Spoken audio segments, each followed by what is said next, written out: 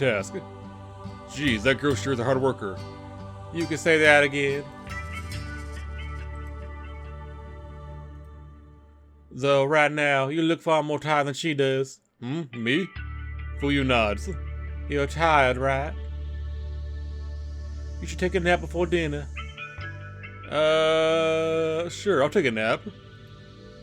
Maybe you're right, I certainly could do with a bit of shut-eye. And I'm sure Mirari will wake me up once dinner is ready. Oh, what the hell, I might as well.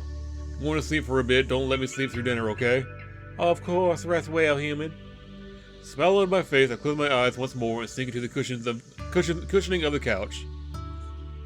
Overcome by feelings of both comfort and exhaustion, I begin to fall asleep in a matter of seconds. Topsy, wake up. Ah, you're awake. Sorry to disturb your slumber.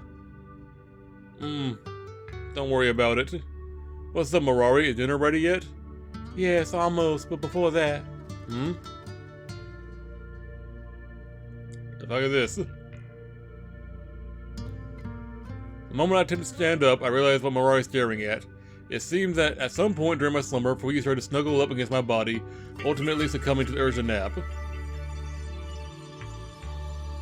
With her legs propped up on my lap, she is gradually falling asleep and is now sleeping soundly next to me. Wow, Fuyu seems like a completely different person when she's asleep. Fuyu seems like a completely different person when she's asleep. I'm in 2 months about whether I should actually wake her up or not. Looking down at the peaceful, content-looking Fuyu's face, I feel a slight tug inside of my chest. Contrary to the attitude she usually displays while she's awake, Fuyu currently looks like an innocent, adorable little puppy. How on earth could I put an end to that? Let us sleep a little while longer. Dinner can be reheated anyway. It would be a shame to wake her up unnecessarily. Yeah, I guess you're right. After all, Fuyu must be pretty tired if she's going to sleep on my leg. Hearing my take on the matter, Mirari smiles and shakes her head. I don't think that's the case at all. I understand how Fuyu's actions must seem to someone who doesn't know her well. But the truth is, Fuyu is more insecure and needy than she lets on. Fuyu's just too tired to let others know how she truly feels. But too afraid. Mirari takes a seat next to Fuyu on the floor while speaking tenderly. It's clear from her tone of voice that she cares about Fuyu, and even if Fuyu won't say so directly, I'm sure she feels the same way about Mirari. Fuyu always puts on a tough front, but she's still a young woman.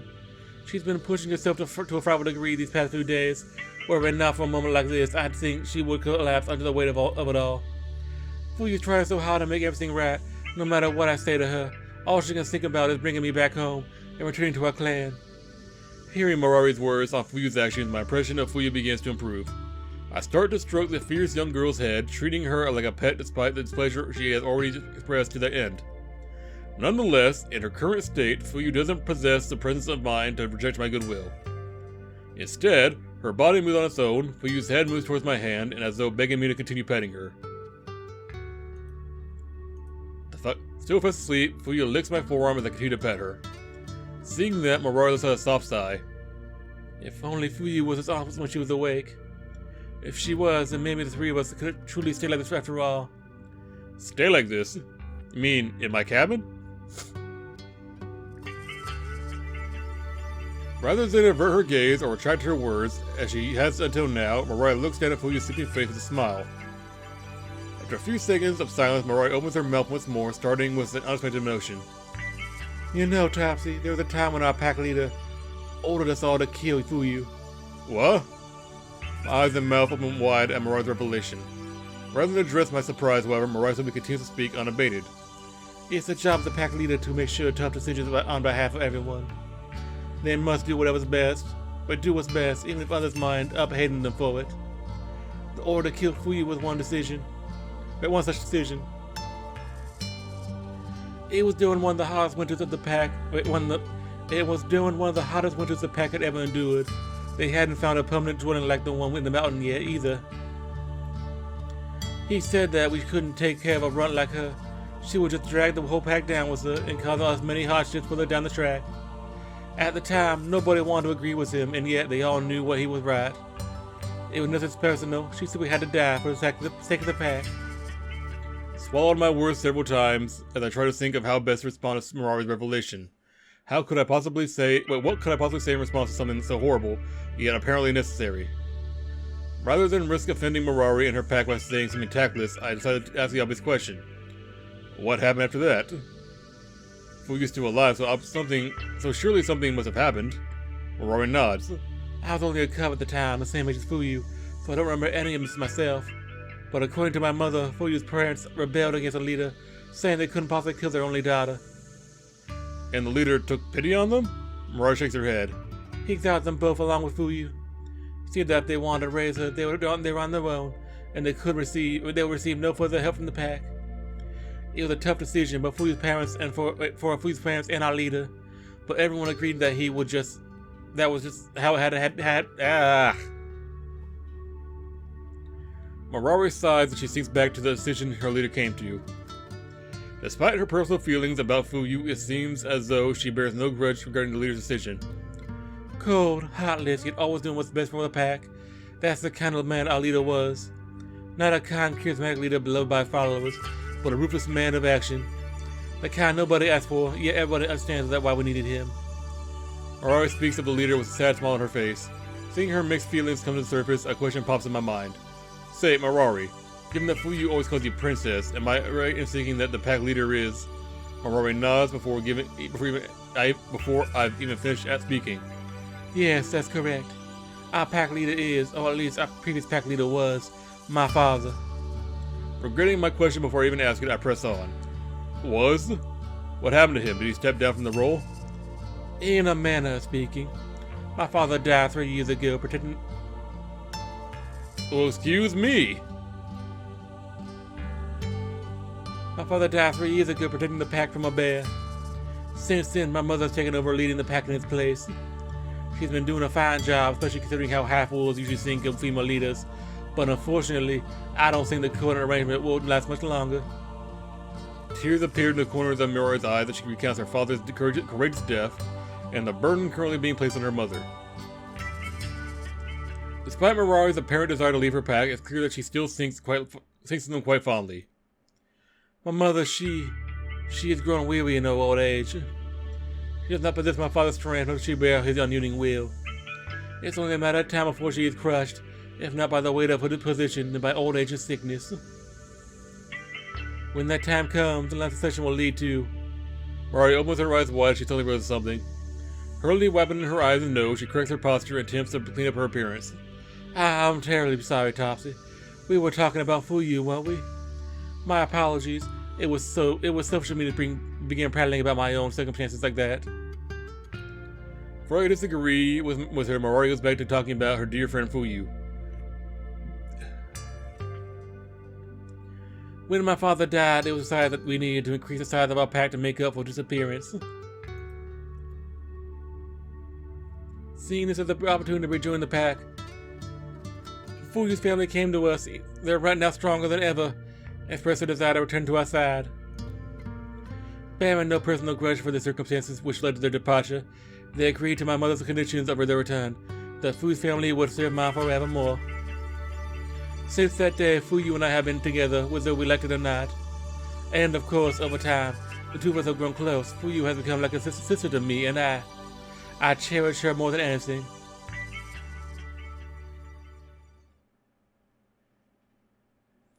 Exhausted from talking for so long, Mirari takes a well-deserved break and leans back into the couch.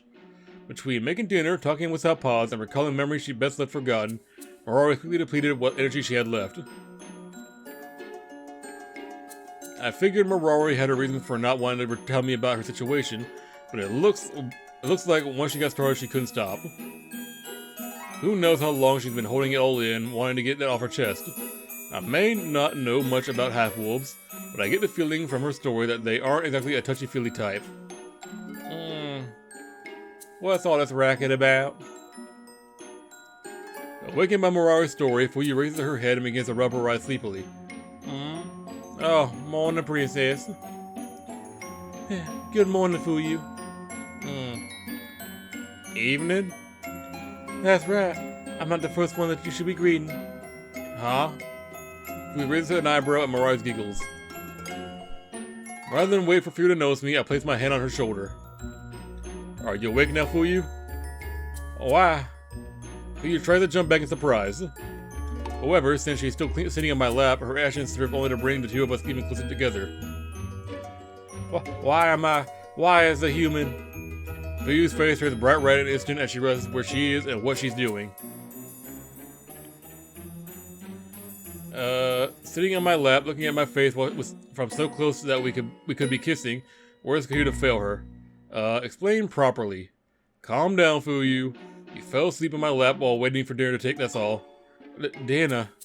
At the mention of that magical word, Fuyu can sniff the air. Oh, right. Of course, that's what it is. I was just hungry and tired, and your lap was so warm, so I naturally fell asleep on it. Silly me, of course that's what happened. Why else would I be napping in a place like this? If that weren't the case, I'd never be caught sleeping in your smelly lap. You don't need to get so defensive, Fuyu. I'm not getting defensive. I just don't want you to misunderstand, that's all. Fuyu finally removes herself from my lap and runs over to the kitchen, lured in by the smell of food. Even after she reached the food, Fuyu steals a few glances in my direction, then quickly averts her gaze when I catch her. I guess that's my cue. I'll bring dinner over in a moment. Just sit tight, Topsy. Having filled our bellies, Marari, Fuyu, and I sit down on the couch once again as we ponder what to do with ourselves. After napping earlier in the day, Fuyu and I are still full of energy. Marari, on the other hand, seems like she'd fall asleep at any moment and is hanging on by sheer force of will. Really, I'm fine. I'll go to bed when you do. That would sound more convincing without this yawn at the start. Go to bed, Marari. You aren't going to miss anything. But I don't feel tired. You're a terrible liar. But I stay up for all I care. I'm just going to watch some old VHS tapes anyway. VHS? What is that? I've never heard of it before. Yeah, most people under 20 haven't. It's a way for humans to watch movies and TV shows whenever they want. It's a way for humans to watch movies and TV shows whenever they want. It's a bit dated now, but they still work as long as you have the right equipment. Movies and TV? Fuyu, do you understand what Topsy's talking about? I think I've heard of TV. That's a magic box with moving pictures, isn't it? You're not wrong, but do girls seriously not know what television is? Ooh, pick up. How could you be familiar with canned food and running water, but not television? If you ask that. Well, what does television do that's so special? Running water and canned food provide us with sustenance. Why do we need television?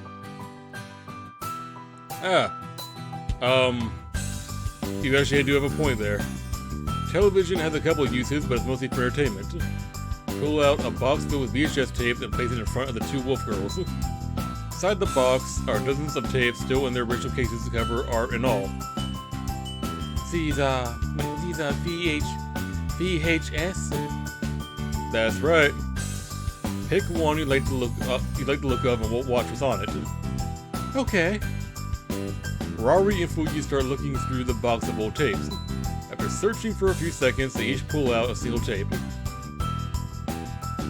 Let's see what you got there. A documentary about animals on the grasslands. Yes, I'm quite curious to see how those in other climates thrive. I suppose you would be if you lived in snow your entire life. What about you, Fuyu? I'm not sure I want to watch it, but the cover did catch my eye. That's okay. Show me what you almost gag on my own saliva as I gazed upon the tip of Fuyu's hand.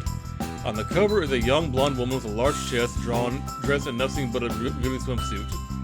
Unlike the grassland documentary, which is still in a special plastic sleeve, this video has been viewed so many times that the tape has begun to wear out. Oh, what manner of VHS is that? Are we going to view that next? No, I mean, this one would bore the two of you to death. It's not the kind of thing you'd be interested in. Really? I did find the feeling I wouldn't like it. So it's a boring one after all, huh?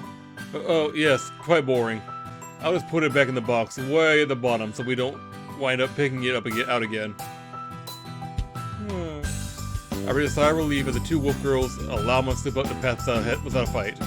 Looks like I'll need to be more careful with that stuff as long as these two are out here.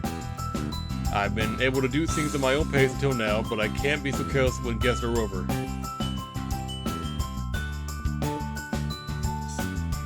Have your porn hanging out with the rest of your videos? Rather than dwell on Fuyu's discovery, I hurriedly cram Mirari's choice into the VHS player. After skipping through the ads, anti-piracy warnings, and other outdated product placements, I start the movie where the film crew are just beginning to set up. The first few minutes of the film explain how the crew are looking for specific animals during today's outing, and how they plan to observe each one. Whether they'll succeed or not is yet to be seen. All they promise is to not hurt any animals and to view them from afar. Oh, look at that. The water's flowing in a perfectly straight line, so any chunks of ice floating at all. And the grass, it's everywhere. There isn't a single patch of snow to be seen. You're right, Princess. This is truly fascinating. It's ready access to unfrozen water. Do the animals living in these pods drink their fill and bathe them whenever they feel the urge? I imagine they must. Why else would they? Oh, look, Fuyu, look. The rabbit is drinking from the river. I see you, Princess. But where has all this fur gone? I will never survive the winter like that. You're the last person who should be asking that. Smile wryly as the two girls excitedly point towards the television. Even Fuyu, who generally attempts to feign disinterest in such things, is clearly enjoying herself. So far, movie night is a resounding success. Huh? Where did all the animals go? Why are they only showing humans now? Looks like they're taking a break and discussing how they're going to track down the next animal. Boring. I agree, actually. I don't. I find it fascinating.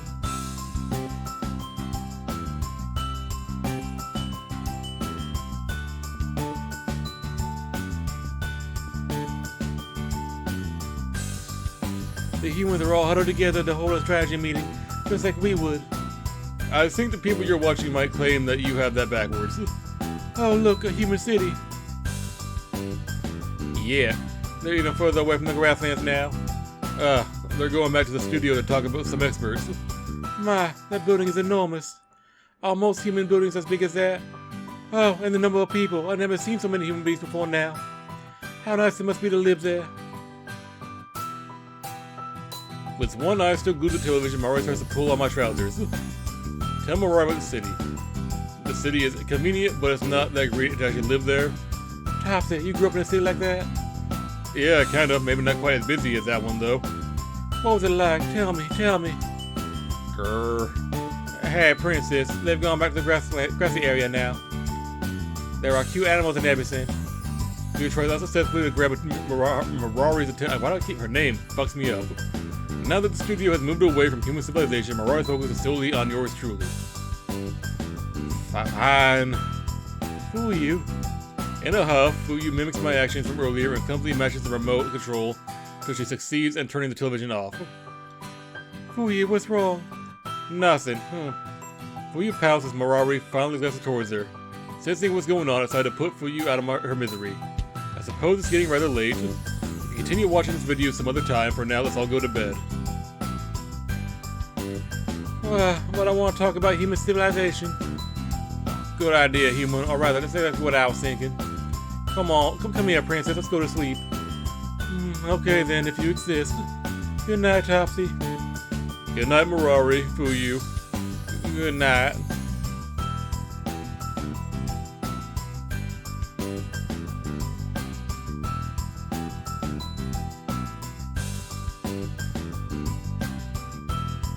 Without further complaint, Mirari curls up on the couch along Fuyu. Fuyu soon joins her and snuggles up close as if making up for her dissonance moments ago.